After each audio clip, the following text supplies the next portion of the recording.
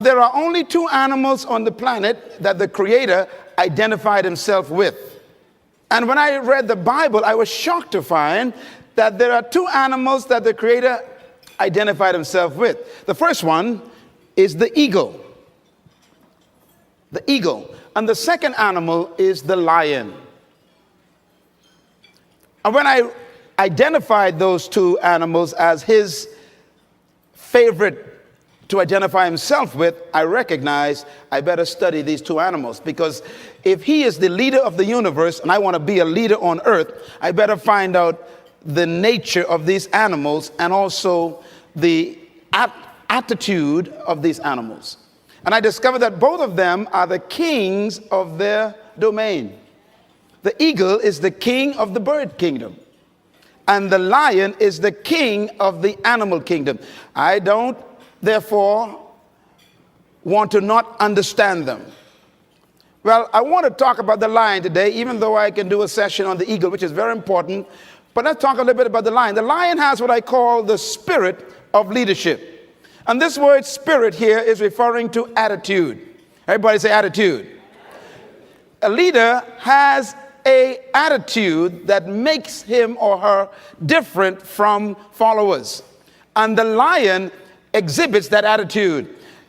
We have to cultivate the same attitudes that the lion has, because the lion apparently has been given the same attitudes that God himself identifies with, and he put it in these creatures.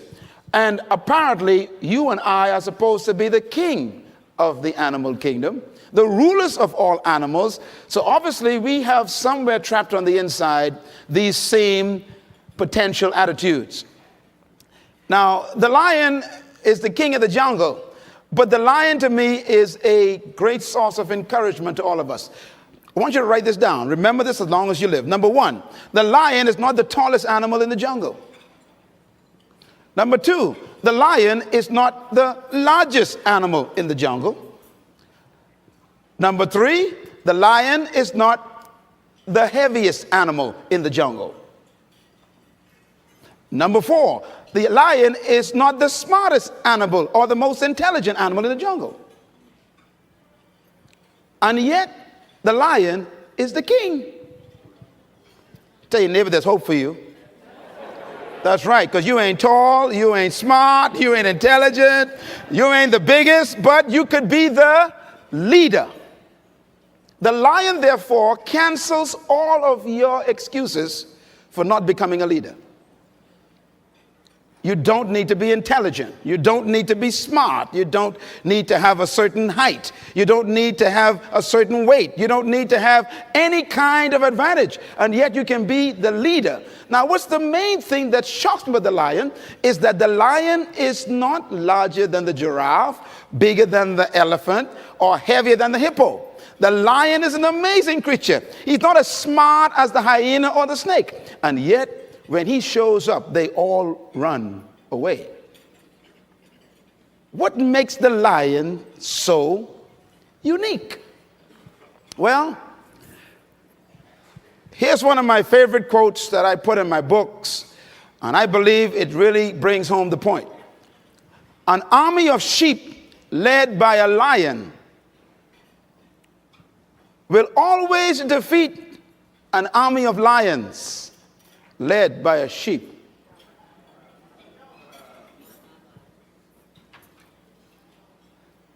And the answers to that dilemma is this: because leadership can transform cowards into violent warriors. The right kind of leadership can transform a timid into bold people who are fearless. Leadership is that powerful. Leadership can walk into a camp of depressed people, and in 20 minutes, they have turned on into unbelievable, powerful armies. Because leadership determines everything. Now, why would a lion become the king of the jungle when he has all of those limitations? He's not the tallest, not the strongest, not the smartest, not the heaviest, not the most intelligent, but yet he runs things. And that's because the lion has something that we need to capture. The lion is the king of the jungle because of one word: attitude. Everybody say attitude. Write it down. Attitude. The lion has a different attitude that makes every animal afraid of him. Now, we don't want to lead by fear, but it does take respect for you to become a leader. When I use the word fear in the jungle, we're talking about respect. The elephant respects the lion. The hyenas respect the lion. The giraffes, they respect the lion. What makes these massive animals respect such a small cat? The attitude is the difference. For example, a lion will see an elephant, and the thing that comes to his mind, one word: lunch. Now, the elephant is 10 times the size of the lion, probably 50 times heavier, and has more power. One stomp of his feet could destroy the lion. But when the lion sees the elephant, he doesn't look at size and weight and strength and power. He looks at lunch. I could eat this thing. And he acts the way he thinks. Say it.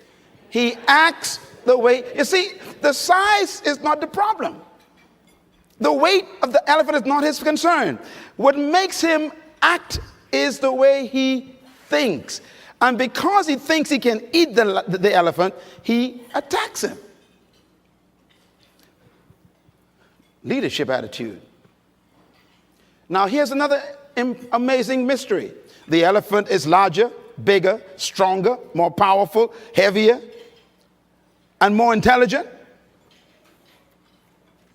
And yet, when the elephant sees the lion, one word comes to mind: eater. New word, write it down. Eater. In other words, the elephant is controlled by the way he thinks. He thinks that he is lunch. Therefore, his size, his weight, his power, his might, his authority is a victim of the way he thinks. It doesn't matter how big you are, how intelligent you are, how many degrees you get. It's your mind that keeps you small. And it doesn't matter how small you are, or how unintelligent you may seem to be, or how much you don't have. It's your mind that makes